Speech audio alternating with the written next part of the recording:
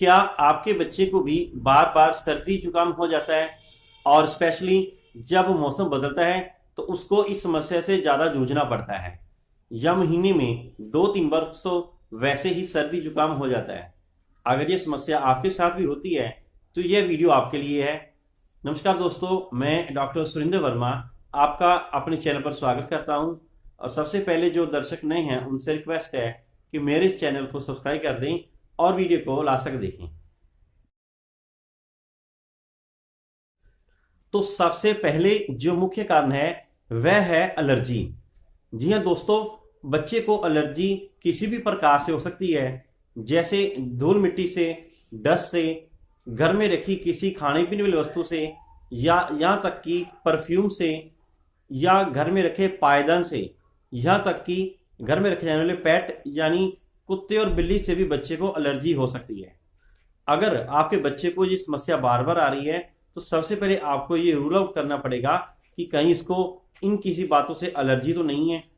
दूसरा है कि अगर कोई व्यक्ति घर में स्मोकिंग करता है, चाहे वो घर में स्मोकिंग कर रहा है चाहे वो बाहर से स्मोकिंग करके आ रहा हो, अगर वह स्मोकिंग कर रहा है और बच्चे को आकर उठाता है या उसके संपर्क में आता है तो बच्चे को इससे भी एलर्जी हो सकती है। क्योंकि जब बच्चे को उठाएगा हो सकता है उसके कपड़ों के ऊपर उस सिगरेट बीड़ी वगैरह के कण लगे हों जो कि बच्चे के रेस्पिरेटरी ट्रैक को ब्लॉक कर सकते हैं। तो इस तरह से इस चीज को भी यकीनी बनाएं कि एलर्जी किसी प्रकार की भी हो उससे बच्चे को दूर रखना है। अगला मुख्य कारण है कि अगर आप फीडिंग मदर हैं, अर्थात आप अपने बच्चे को अपना दूध पिला रही हैं और आपको किसी चीज से एलर्जी है और आपको भी सर्दी जुकाम रहता है, तो इससे बच्चे में होने का खतरा ज़्यादा बढ़ जाएगा। तो आपको अपनी भी साफ सफाई पर ध्यान रखना पड़ेगा और खास तौर पर ख्याल रखना पड़ेगा कि जब भी कभी आप किचन से या कपड़े धो के बच्चे को उठाएं तो अपने हाथ को अच्छी तरह से सुखाकर उठाएं, क्योंकि गीले हाथ से उठाने से बच्चे के कपड़े गीले हो जाते हैं। खास तौर पर अगर उसकी चेस्ट के ऊपर गीलापन रहेगा तो उससे भी बच्चे को छाती के रोग होने की संभावना बढ़ जाती है। तीसरा है कि बच्चे को जितना हो सके सूखा रखें और साफ सुथरा रखें। इससे उसको जो भी डस्ट पार्टिकल है या अन्य जो एलर्जन है उनसे हम बचा के रख सकते हैं। अगला जो मुख्य कारण है वह है वायरल इन्फेक्शन। जी हाँ दोस्तों, बच्चे को किसी भी प्रकार के वायरस के संपर्क में आने से उसको ये एलर्जी हो सकती है।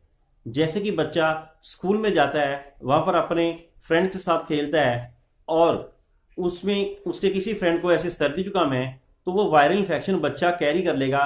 चाहे उसके साथ वो अपनी बॉटल शेयर कर रहा है, चाहे ज्योमेट्री बॉक्स शेयर कर रहा है या अपनी बुक्स शेयर कर रहा है, उसको इससे शेयर करने से वायरल इन्फेक्शन होने का खतरा बढ़ जाता है। तो इस तरह हो सके तो बच्चे को इसके बारे में, अपनी पर्सनल हाइजीन के बारे में बताएं तो कैसे उसको अपने आप को बचा के रखना है। और अगर आपके बच्चे को ऐसे सर्दी जुकाम है तो हो सके तो उसको स्कूल से 2-3 दिन छुट्टी करा लें ताकि बाकी बच्चे को भी एलर्जी ना हो। तो अगला जो मुख्य कारण है वह है बैक्टीरियल इन्फेक्शन।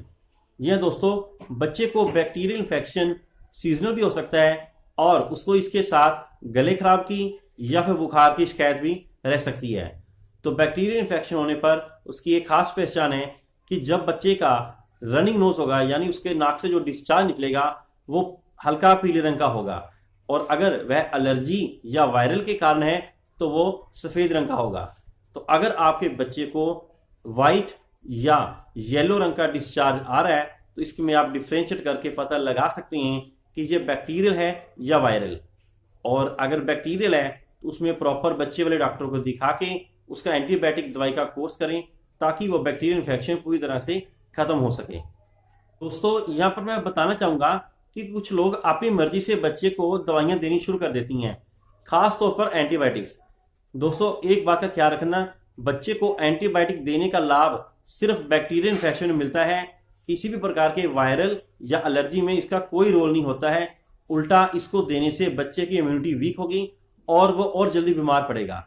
इसलिए जब भी कभी आपको एंटीबायोटिक देना हो वो अपने डॉक्टर की सलाह के अनुसार ही दें। और अगर उसको एलर्जी है तो एंटी एलर्जिक जो मेडिसिन है वो इसके लिए काफ़ी होती हैं। तो ये सब डिसाइड करने के लिए आप अपने डॉक्टर से मिलें, आप खुद से डॉक्टर ना बने। तो दोस्तों ये थी एक इम्पॉर्टेंट इन्फॉर्मेशन बार बार बच्चों में होने वाले सर्दी और जुकाम के बारे में।